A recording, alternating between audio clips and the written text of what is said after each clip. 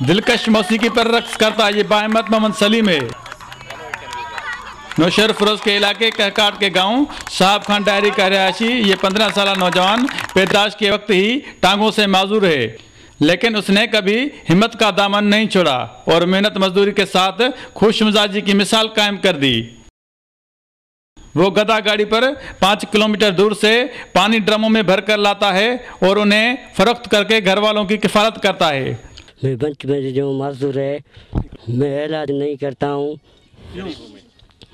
क्यों, वो गरीब है, पैसा नहीं है। मोहम्मद सलीम को फनकार बनने का शौक है।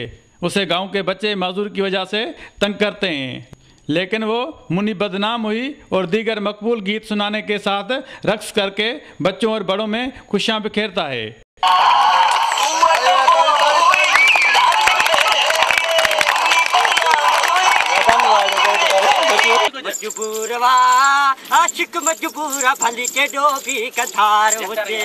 जो मोहम्मद सलीम है ये देखने में तो माजूर आता है, पैदाइशी माजूर है, मगर हकीकत में इसका हौसला ऐसा है जो बहुत ये होशियार है। ये घास करता है और ये अपनी ज़िंदगी को ऐसा से कमतरी का शिकार नहीं होता।